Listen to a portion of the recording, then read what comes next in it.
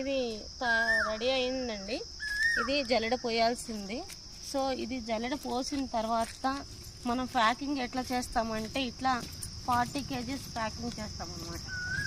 రైతులకు ఇచ్చేటప్పుడు ఇట్లా 40 kgs ప్యాకింగ్ చేసి ఒక్కొక్క బ్యాగ్ 40 kg ఉంటుంది.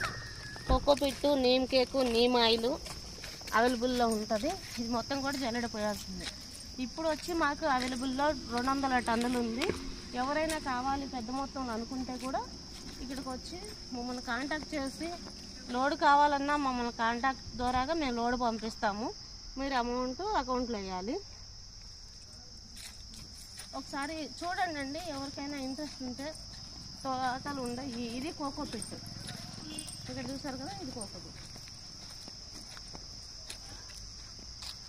ఈ కోకోపిట్ ఏంటంటే జల్లెడ పోస్తాం. ఇట్లా గుడి ఇలా ఉంది కదా, దీన్ని జల్లెడ పోసి